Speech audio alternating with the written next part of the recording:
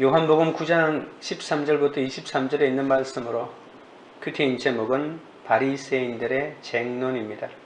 사람들은 날 때부터 맹인을 보며 죄를 생각하지만 예수님은 그를 통해 드러날 하나님의 영광을 바라보신다고 어제 살펴보았죠. 하나님은 인간이 겪는 사건 안에서 자신의 일을 계시하십니다. 우연히 지나가다가 마주친 사람인 것 같아도 그 속에는 필연적인 하나님의 심오한 계획이 있습니다. 성도의 고통에는 죄에 대한 징계만이 아니라 감추어진 구원의 섭리가 함께 들어 있습니다. 우리는 모든 일을 옳고 그름의 기준으로 판단하지 말고 예수님처럼 구원의 관점으로 바라보아야 하죠. 사람들의 수근그림과 비웃음에도 주님의 말씀을 의지하여 못에 가서 얼굴을 씻은 맹인은 눈이 밝아져서 돌아왔습니다. 내 삶이 힘들고 어렵더라도 내가 직접 실로암 못으로 가서 씻어야만 내게 일어난 구원의 일을 증거할 수 있습니다. 하나님이 우리에게 원하시는 것은 단순히 은혜만 누리는 삶이 아니라 예수의 증인으로 살아가는 것이죠. 실로암 물은 예수님으로부터 흘러나오는 생수인 성령 아닙니까? 성령은 영적인 맹인의 눈을 여는 진정한 새 창조의 역사를 일으킵니다. 세상의 빛과 실로암의 생수 대신 예수님을 만나면 이렇게 눈을 뜬 자처럼 분명한 자기 고백과 간증으로 사명을 감당하게 되죠. 바리새인들은 예수님이 안식일에 맹인을 고치셨다는 이유로 하나님께로부터 온 자가 아니라면서 쟁론합니다. 맹인되었던 자는 주님이 진흙을 이겨 자신의 눈을 뜨게 한 것을 증언합니다. 하지만 출교를 무서워하는 그의 부모는 그가 어떻게 보게 되었는지, 누가 그의 눈을 뜨게 해주었는지 모른다고 대답합니다. 첫째는 안식일에 하신 일입니다. 14절입니다. 그들이 전에 맹인이었던 사람을 데리고 바리새인들에게 갔더라. 예수께서 진흙을 이겨 눈을 뜨게 하신 날은 안식일이라. 이웃 사람들은 전에 맹인이었던 사람을 데리고 바리새인들에게 데려갑니다. 예수님이 행하셨던 위대한 표적에 대해 바리새인들의 관심이 많았기 때문이죠. 아니면 그들이 바리새인들의 관심도 끌고 싶었기 때문인지도 모릅니다. 예수님이 진흙을 이겨 눈을 뜨게 하신 날이 안식일이기 때문에 안식일을 어긴 문제를 걸고 넘어지려는 속셈이었을 것입니다. 안식일은 우리의 영육이 세상과 구별되고 하나님의 복을 누리는 날 아닙니까?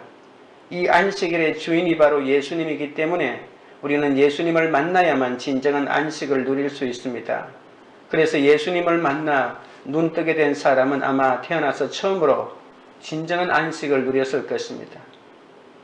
침을 흙에 이겨 반죽하는 것이나 특이한 연고를 바르는 치유 행위들은 바리새 전통에 따르면 안식일에 금지된 것들입니다. 15절입니다. 그러므로 바리새인들도 그가 어떻게 보게 되었는지를 물으니 이르되 그 사람이 진흙을 내 눈에 바르매 내가 씻고 보나이다 하니, 바리새인들은 이 표적이 안식일에 일어났다는 것을 듣고는 자세한 정황을 묻습니다. 바리새인들은 이 표적의 당사자들에게는 아무런 관심이 없습니다. 다만 예수님을 위기로 몰아넣기 위한 증거를 얻고 싶었던 것이죠. 평생을 그렇게 태어나자마자 앞을 보지 못하고 고난당하며 힘들어했던 그 사람이 지금 눈을 떠서 얼마나 감격에 차고 기뻐할 것인지는 염두에 두지 않고 안식일에 일을 했다고 하는 그 예수를 책잡기 위해서 이렇게 질문을 던지고 있는 거죠. 요즘 정치인들과 똑같지 않습니까? 그 사람은 자신이 이웃 사람들에게 말했던 것보다 바리새인들에게 더 조심스럽게 대답합니다. 예수님이 진흙을 만드시기 위해 침과 흙을 반죽하신 것도 말하지 않고 단지 진흙을 자기 눈에 바른 것만 말합니다. 그리고 예수님이 자신을 실로암 못에 씻으러 보내신 것도 말하지 않습니다. 다만 그가 씻었고 그 결과로 보나이다 라고만 말하죠. 16절입니다. 바리새인 중에 어떤 사람은 말하되 이 사람이 안식일을 지키지 아니하니 하나님께로부터 온 자가 아니라 하며, 어떤 사람은 말하되 죄인으로서 어떻게 이러한 표적을 행하겠느냐 하며 그들 중에 분쟁이 있었더니 바리새인들은 예수가 어떤 표적을 행하여도 도저히 하나님께로부터 오신 자가 될 수 없다고 여겼죠. 왜냐하면 하나님의 율법을 어겼기 때문입니다. 안식일법을 어기는 죄인은 하나님께로부터 온 자가 될 수 없다고 생각했죠. 또 어떤 사람은 죄인이 어떻게 이런 기적을 행하겠느냐. 구약 성경에 보면 메시아가 하는 일 중에 하나가 죄인의 눈을 뜨게 하는 것인데 어떻게 죄인의 몸으로 눈을 뜨게 하겠느냐. 눈을 뜨게 한 것만 보더라도 이 사람은 보통 사람이 아니다. 이런 바리새인들 사이에 서로 예수님의 표적을 보고 논쟁이 일어났다고 말할 수 있겠죠. 나름대로 자신의 그렇게 말하는 근거를 구약 성경에서 대면서 이렇게 쟁론이 굉장히 심하게 일어났던 것을 볼 수 있습니다. 바리새인들은 안식일을 기억하여 거룩히 지키려는 율법을 지키지 않았다는 이유로 예수님을 죄인 취급하며 표적에만 관심이 있습니다. 이런 잘못된 추론을 하면서 서로 자기 생각이 맞다며 분쟁이 끝이 없죠. 17절입니다. 이에 맹인되었던 자에게 다시 묻되 그 사람이 내 눈을 뜨게 하였으니 너는 그를 어떠한 사람이라 하느냐. 대답하되 선지자니이다 하니 바리새인들의 견해가 일치하지 않자 다시 맹인되었던 그에게 예수님에 대한 견해를 다시 묻습니다. 바리새인들은 예수로부터 치료를 받은 그가 분명 자신의 은인인 예수님에 대해서 더 잘할 것이라고 생각했죠.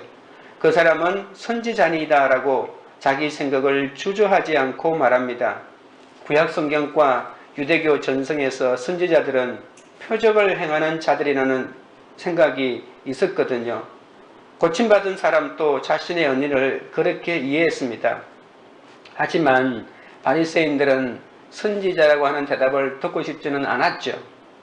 바리새인들은 하나님이 복받게 하려고 주신 안식일의 참된 의미는 모른 채 형식적으로만 안식일을 지켰기 때문에 맹인이었던 자가 예수님을 만나 구원받고 치유받은 사실을 아무리 기쁨으로 증거해도 그들의 귀에는 들리지 않았습니다. 적용 질문 드립니다. 나는 예수님 안에서 진정한 안식을 누리고 있습니까? 예수님과 상관없이 형식적으로만 주의를 지키고 있지는 않습니까? 둘째는 맹인 부모의 증거입니다. 18절 19절입니다. 유대인들이 그가 맹인으로 있다가 보게 된 것을 믿지 아니하고 그 부모를 불러 묻되 이는 너희 말에 맹인으로 났다 하는 너희 아들이냐? 그러면 지금은 어떻게 해서 보느냐? 유대인은 바리새인 일부를 포함했던 유대 사내들인 공의회를 말한다고 볼 수 있습니다. 그들은 공청회 같은 것들을 열어놓고 집요하게 이 문제를 파고들었죠. 날 때부터 맹인이었던 그 사람의 진술을 듣고 의구심을 떨쳐버리지 못하고 다시 질문대에 세웁니다. 유대인들은 시력을 되찾은 자의 부모를 부를 때까지 그가 맹인이었다가 보게 되었다는 것을 도저히 믿지 못했습니다. 유대인들은 이 사건이 조작된 것이라고 여겼죠. 본래 맹인이었을 리가 만무하고 그렇게 확신한 유대인들은 그의 부모는 거짓말을 하지 않을 것이라고 판단하였던 것이죠. 그래서 만약에 그 부모를 추궁하면 이 맹인이 최소한 태어날 때부터의 맹인은 아니었을 것이고 잠시 시력이 안 좋아졌다가 지금 좋아졌다고 이렇게 볼 수 있는 단서를 찾을 수 있다고 생각했던 것이죠. 유대인들은 예수님이 맹인의 눈을 뜨게 해주신 구원의 사건을 믿지 않았을 뿐만이 아니라 그의 부모까지 불러서 오히려 자신들의 원하는 대답인 예수님이 하신 일이 아니라고 부인하게 만들고 싶어 했던 것입니다. 유대인들은 그 부모와 대화를 지도하면서 너의 아들이냐? 맹인으로 낳느냐? 지금 어떻게 보느냐고 하는 이 세 가지 질문을 던집니다. 20절, 21절입니다. 그 부모가 대답하여 이르되 이 사람이 우리 아들인 것과 맹인으로 난 것을 아나이다. 그러나 지금 어떻게 해서 보는지 또는 그가 그 눈을 뜨게 하였는지 우리는 알지 못하나이다. 그에게 물어보소서. 그가 장성하였으니 자기 일을 말하리이다. 맹인의 부모는 고침받은 자기 아들이 틀림없다는 것과 아들이 태어날 때부터 맹인이었다는 것을 정확하게 밝혀줍니다. 그러나 어떻게 눈을 뜨게 되었는지는 모른다고 부인하면서 알지 못한다고 대답하죠. 부모는 정말 자기 아들이 어떻게 눈을 떴는지 자세한 이유를 모르는 것 같기도 하고 또 장성한 아들이 스스로 답변할 수 있다고 믿었는지 정확하게 알 수는 없습니다. 어쩌면 자기 아들이 어떻게 보게 되었는지 이웃에게 들어서 알고 있지 않았을까요? 다만 유대인들이 두려워서 모른다고 말했는지도 모릅니다. 유대 소년은 13살이 지나고 난 다음에 그 첫날부터 그가 말하는 증언은 법적인 효력을 가지고 있습니다. 그래서 그 부모는 자기 아들이 성년이 되었기 때문에 그에게 물으면 대답할 수 있다고 대답했을까요? 오늘 21절 중간에 보시면 우리는 알지 못하나이다 라고 하는 대답을 합니다. 이 대답은 부모가 너무나도 신중하게 답변하고 있다는 것을 알 수가 있습니다. 유대인들은 날 때부터 맹인이 아니라는 말을 듣고 싶었지만 맹인의 부모는 날 때부터 맹인이라고 답변하죠. 그러나 맹인의 부모는 자신들의 안위를 지키기에만 급급하여 예수님이 아들을 고쳐주셨다는 결정적인 증거를 빼고 유대인들이 원하는 대답만 해줍니다. 물론 유대인들이 날 때부터 맹인이었다는 말은 듣고 싶지 않았지만 그것은 사실에 근거한 거니까 그 사실은 말하고 난 다음에 예수님이 고쳤다고 하는 이 사실은 빼버리고 말한다는 것이죠. 육신을 낳아준 부모라 해도 나를 구원하신 분이 예수님인 것을 모를 수 있다는 것도 이 본문에서 깨달을 수 있겠죠.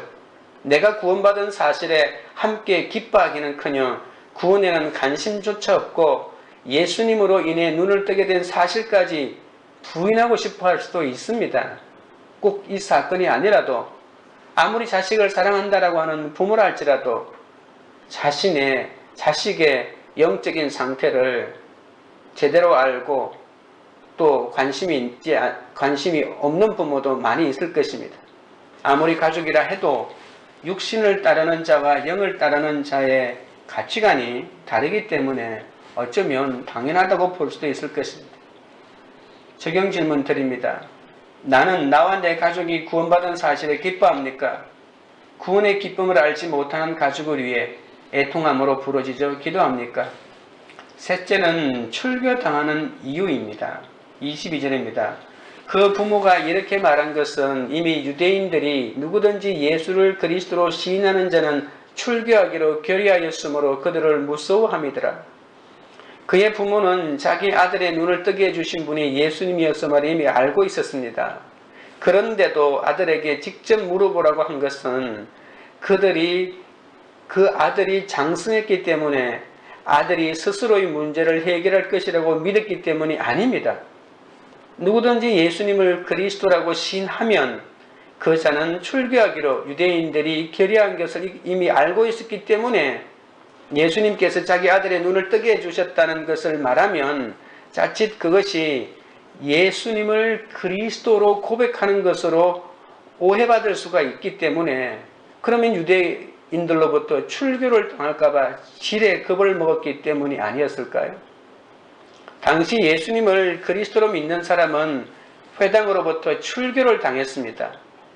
회당에서 제명당했다는 뜻이죠. 출교란 이스라엘 백성에게 가해지는 최고의 종교 형벌입니다. 출교는 보통 일시적인 출교와 영구적인 출교로 나누어지는데 고린도 전서에도 보면 근친상가를 행한 자는 출교시키라고 하는 말이 있기도 합니다. 종신 출교를 당한 자는 평생 성전 출입이 금지되고 회당 출입이 금지되고 공적인 예배가 금지됩니다. 또 어떤 법적인 보호도 받을 수가 없습니다. 그 유대 사회에서 영원히 추방이라고 볼 수도 있습니다. 또는 다른 사람들과 교제할 수도 없습니다. 물건을 살 수도 없고 심지어 죽은 후에는 곡하는 것도 금지되고 오히려 그 시체에 돌팔매질을 하도록 부추김을 당하기도 합니다. 이런 무서운 출교는 사망 선고와도 같지 않을까요? 이스라엘 사람치고 출교를 두려워하지 않는 자가 없었습니다. 그래서 출교를 두려워한 맹인의 부모는 유대인들 앞에서 예수님이 아들을 고쳐주신 사실을 모른다고 말했던 것이죠. 맹인의 부모는 자칫 자신의 증언이 예수를 옹호하는 것으로 비칠까봐 두려워하였습니다. 23절입니다. 이러므로 그 부모가 말하기를 그가 장성하였으니 그에게 물어보소서 하였더라. 오늘 성경 본문에서 보면 자식에게 물어보라고 하는 말이 2번이나 언급됩니다. 이 부모가 굉장히 자식을 인격적으로 대하는 것 같죠. 자식의 일은 자식이 알고 그가 말해줄 겁니다. 나는 자식을 그렇게 키웠어요. 이런 말을 듣고 싶었던 것일까요? 우리는 이 본문을 살펴봤을 때 그런 부모가 아니라 자식보다는 자신부터 살고 보아야 되겠다는 마음이 깔려 있다는 것을 우리가 깨닫게 되죠. 자신은 출교를 안 당해야 한다고 하면서도 그럼 자식은 출교를 당해도 상관이 없다는 말 아닐까요? 바리새인들이 이 고침받은 맹인을 출교시키지 않는다는 보장이 어디 있겠습니까? 자식부터 살리고 그리고 부모가 대신 출교를 당하는 것이 부모된 자들의 태도인데 진리 앞에 이렇게 당당하기가 어렵다는 것을 우리가 또한 볼 수가 있습니다. 오늘 짧은 본문 속에서 부모라고 하는 말이 무려 4번이나 등장합니다. 어머니와 아버지는 모두 같은 태도를 취했다고 볼 수 있겠죠. 어머니가 무책임하다면 아버지라도 책임을 다해야 하고 아버지가 무책임하다면 어머니라도 책임을 다해야 하지 않겠습니까? 그 어떤 희생과 아픔과 대가를 치르더라도 무책임한 아버지를 대신하여 자식을 지키고 보호하는 책임을 했어야만 했습니다.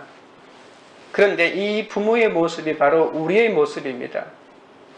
나 자신이 출교당하지 않는 것만 중요하게 생각합니다.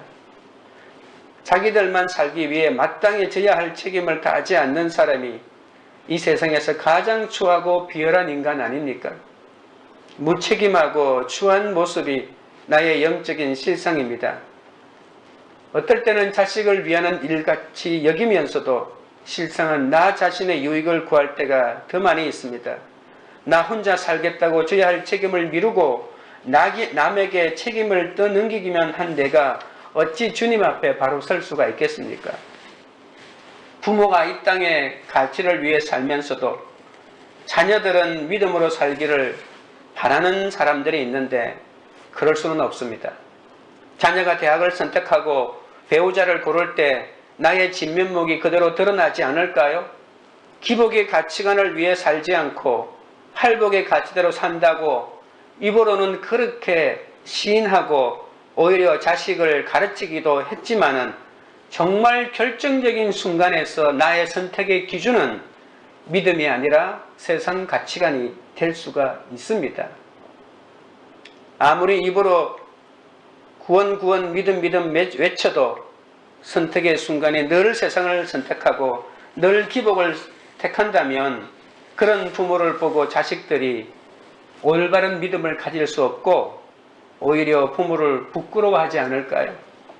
예수님을 믿고 구원받은 사람 또한 세상에서 무시받거나 어려움을 겪을 수 있습니다. 세상은 예수님을 만난 나의 간증을 듣고 그것을 인정하기보다는 오히려 꺼리고 비웃으며 조롱합니다. 부모마저도 나의 신앙 고백을 자신의 안위를 걱정하면서 내팽개칠 때도 있다는 것입니다. 그러나 그리스도인들은 그런 세상을 무서워하지 않고 자신이 만나는 사람과 출입하는 장소와 먹고 마시는 것들을 세상과 구별하여 거룩을 목적에 두고 살아가야 한다는 사실을 오늘 본문을 통해서 명확하게 다시 한번 깨달을 수가 있습니다. 적용 질문 드립니다. 세상에서 당할 조롱과 핍박이 무서워서 내가 구원받고 살아난 간증을 전하지 못하고 머뭇거리지는 않습니까?